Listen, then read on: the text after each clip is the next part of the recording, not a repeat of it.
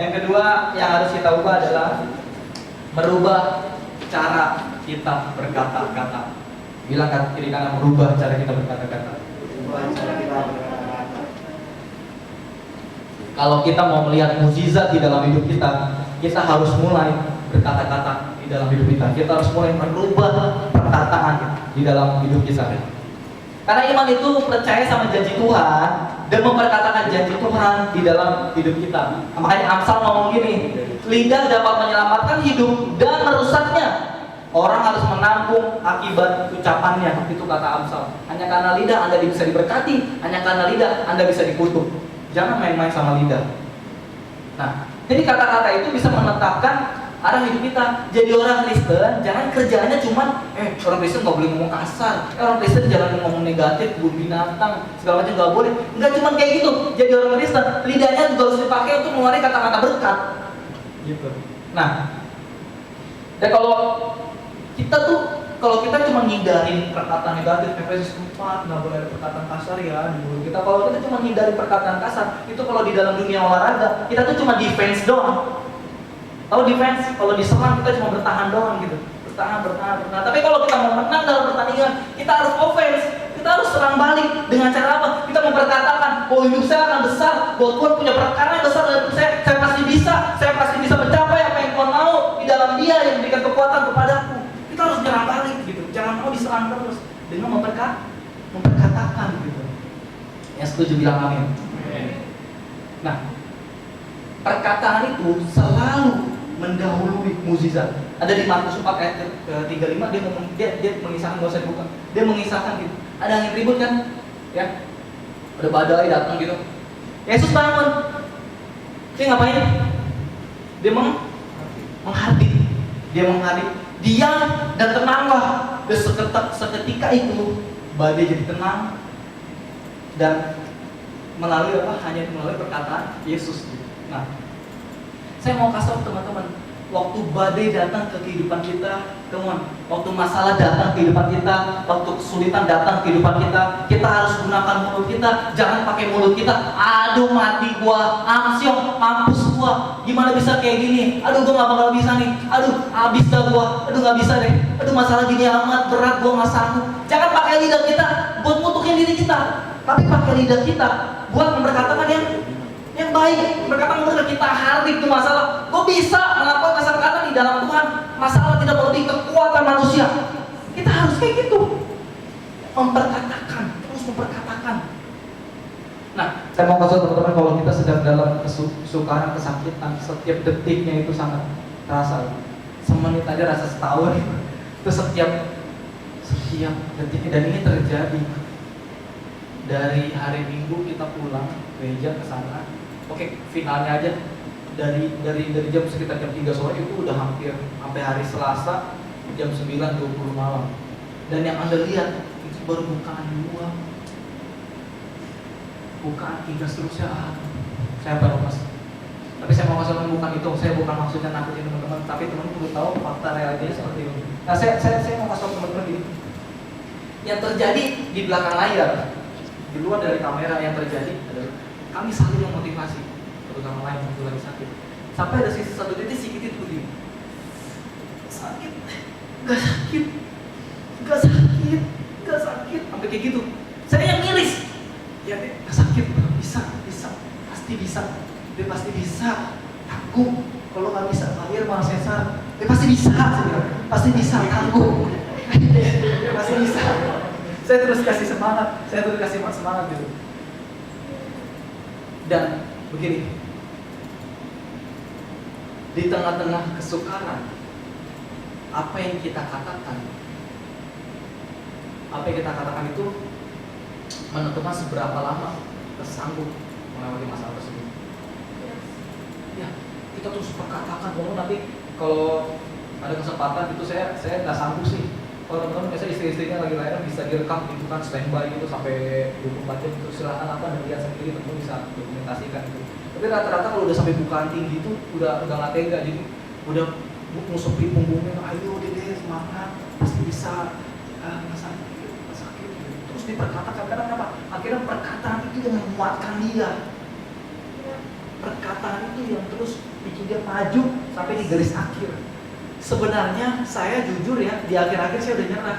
Saya udah bilang, Dek, udah sesar aja. Udah, gua gak sanggup. Gua bilang, udah sesar aja. Gak sakit. Udah kan masih gak sakit.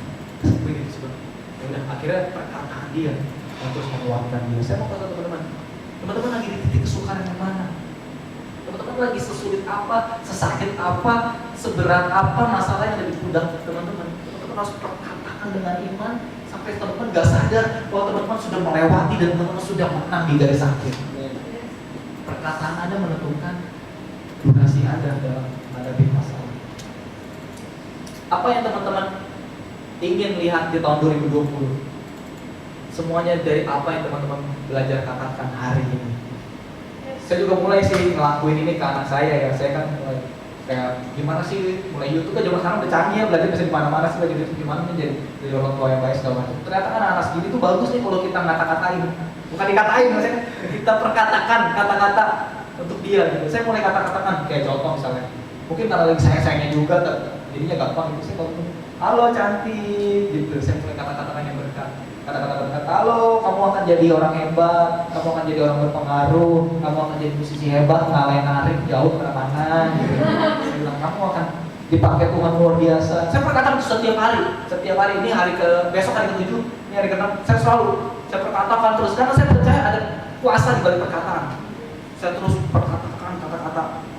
Kadang udah capek, saya nyetel lagu rohani, kan ada kata-kata yang membangun tuh, ya biar dengar dari lagu gitu. Saya percaya dengan iman di balik perkataan kita tuh ada kuasa. Makanya nih buat yang pacaran, ya buat yang sudah nikah, suami istri gitu. Kalau lagi berantem, lagi jengkel banget sama istrinya, misalnya atau lagi jengkel banget sama suaminya, kalau ada mobil 2, nggak apa-apa dibanting aja mobilnya, banting ke saya ya. Kalau ada TV 5, nggak apa-apa dibanting aja TV-nya ke saya, dibantingnya biar saya bawa pulang TV-nya.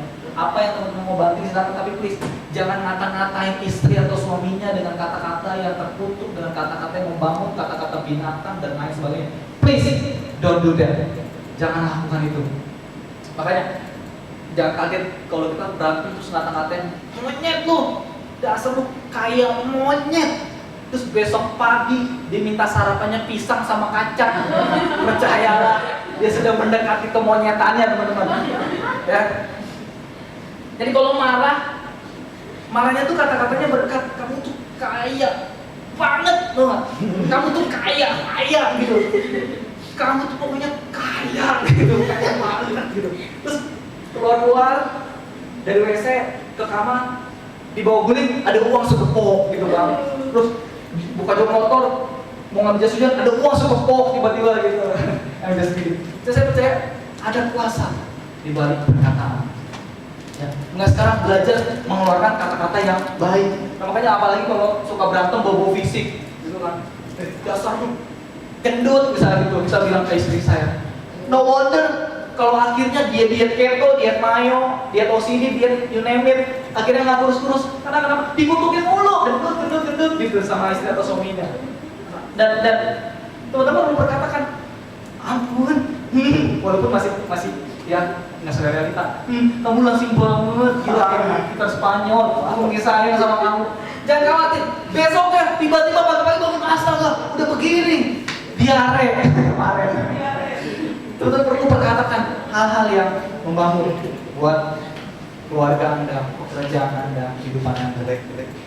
Dan saya tulis di note saya ini, karena kenapa? Kadang-kadang kita suka memperkatakan hal-hal yang kurang baik mengutuk hidup, karena gini, kadang-kadang ini banyak hal yang terjadi dalam hidup kita nggak tahu jawabannya, kita nggak tahu alasannya why. Nah, sekalipun semua teman-teman, sekalipun Tuhan nggak dapat dimengerti, dia dapat dipercaya. Sedikit yang percaya. Sekalipun Tuhan nggak dapat dimengerti, dia bisa dipercaya. Amin. Nah, saya mau kasih teman-teman,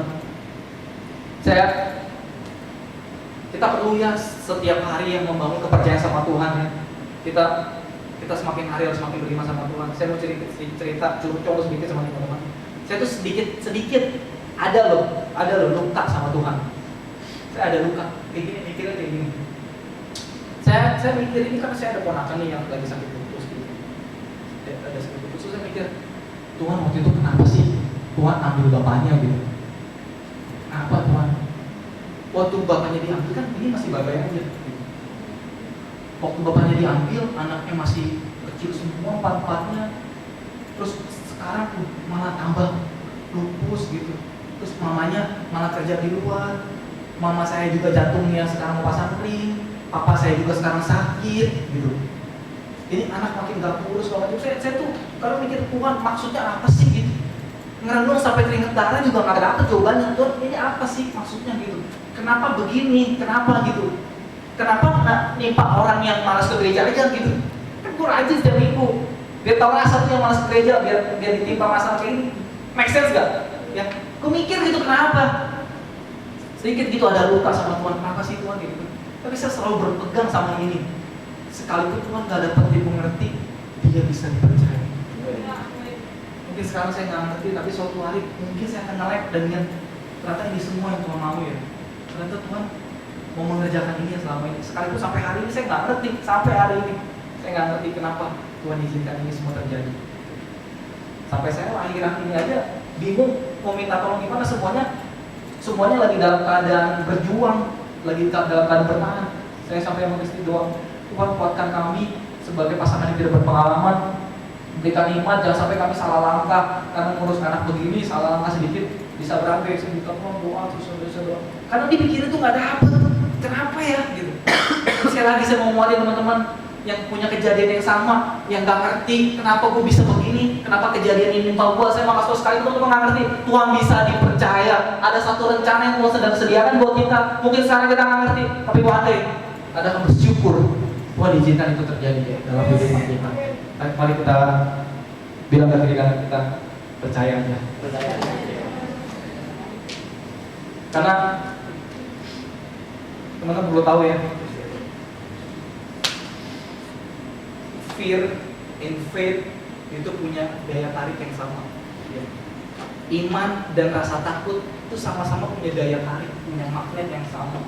Jadi apa yang kita percayai itu yang datang ke kita. Apa yang kita takuti itu juga yang datang ke kehidupan kita. Makanya kita mau hidup dengan iman atau kita mau hidup dengan ketakutan, itu pilihan Anda. Nah, saya mau tutup buat teman-teman semua yang oke, gue udah jalanin semua. Sekarang nih, gue lagi ada di zona iman, gue lagi di posisi berharap Tuhan melakukan mujizat di dalam hidup gue dan lain sebagainya. Saya mau kasih 2 Korintus 12 ayat yang ke-7. Saya 2 ya. Dan supaya aku jangan meninggikan diri karena kenyataan yang luar biasa itu, maka aku diberi suatu duri di dalam dagingku, yaitu seorang utusan iblis untuk mengucapku, supaya aku jangan meninggikan diri. Ayat ke-8 tentang hal itu aku sudah 3 kali bersuara kepada supaya utusan iblis itu mundur daripadaku. 9. Tetapi kalau Tuhan kepadaku, cukuplah ajarannya bagiku, sebab justru dalam kelemahan kuasaku menjadi sempurna. Sebab itu terlebih aku berpegang atas kelemahanku, supaya kuasa Kristus turun menaungi aku. Nah, saya mau kasih teman-teman, ini ayatnya sebenarnya gampang dia mengerti ya. Saya mau kasih teman-teman begini. Ini ceritanya Rasul Paulus nih ya. Dia minta sama Tuhan buat cabut duri yang ada di dalam dagingnya. Sampai 3 kali dia minta sama Tuhan. Nah, duri itu bisa bermacam-macam bentuknya ya. Duri itu bisa sakit, pergumulan, masalah dan lain sebagainya. Itu duri ya. Nah, dia mikir gini. Dia mikir, kalau duri ini Tuhan cabut dalam hidup kita, dalam hidup gue yakin gue bisa makin cinta sama Tuhan. Gue yakin gue bisa makin rajin ke gereja. Gue yakin gue masih bisa, gue makin lebih rajin melayani Tuhan. Gue yakin gue lebih gampang bersyukur dan lain sebagainya. Terus kata Tuhan, oh nggak begitu caranya. Justru gue izinkan duri ada di dalam hidup lo supaya lo makin melekat sama gue. Karena ketika kita kesakitan, ada duri dalam daging kita berseru sama Tuhan, ya Tuhan, kita datang ke rumah Tuhan, kita cari wajah Tuhan. Mungkin kalau kita diberkati sekarang, kalau kita punya semua yang kita mau sekarang, mungkin aja kita nggak duduk di sini. Kita lagi konten somewhere, kita nggak tahu di mana, lagi berleha-leha menghabiskan uang dan lain sebagainya. Saya nggak tahu. Tuhan izinkan duri itu ada sampai hari ini supaya teman-teman terus bergantung sama Tuhan. Dan itu adalah kebaikan Tuhan. Teman-teman lagi ada di zona mana nih? Udah keluar dari zona iman, udah berharap nih keuangan gua, sekolah gua, keluarga gua. Ini gua lagi ada di titik dimana rasanya iman itu udah mati rasa. Udah berjuang, doa aja bisa nyakisin air mata kalau di rumah. Tapi saya mau kasih teman-teman, Tuhan izinkan itu terjadi atas kehidupan kita semua supaya kita makin melekat sama Tuhan.